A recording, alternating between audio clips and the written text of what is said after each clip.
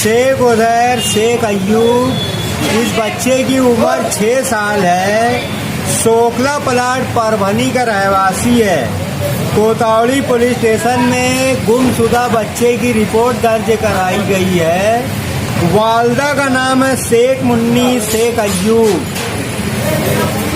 सरपरस्त हजरात को ऐसा शक शुबा हो रहा है कि इस बच्चे को किसी ने डरा धमका के ब्लैकमेल किया है और ये बच्चा ब्लैकमेल होने की वजह से मिल नहीं रहा है। तो शहर के रहवासियों से गुजारिश है, अपील है कि अगर ये बच्चा कहीं से, यही गुजारिश है, यही अपील है और इस वीडियो को दूर दूर तक वायरल की जाए। पूरे हिंदुस्तान के रहवासियों से ऐसी गुजारिश है, अपील है। अस्सलाम वालेकुम।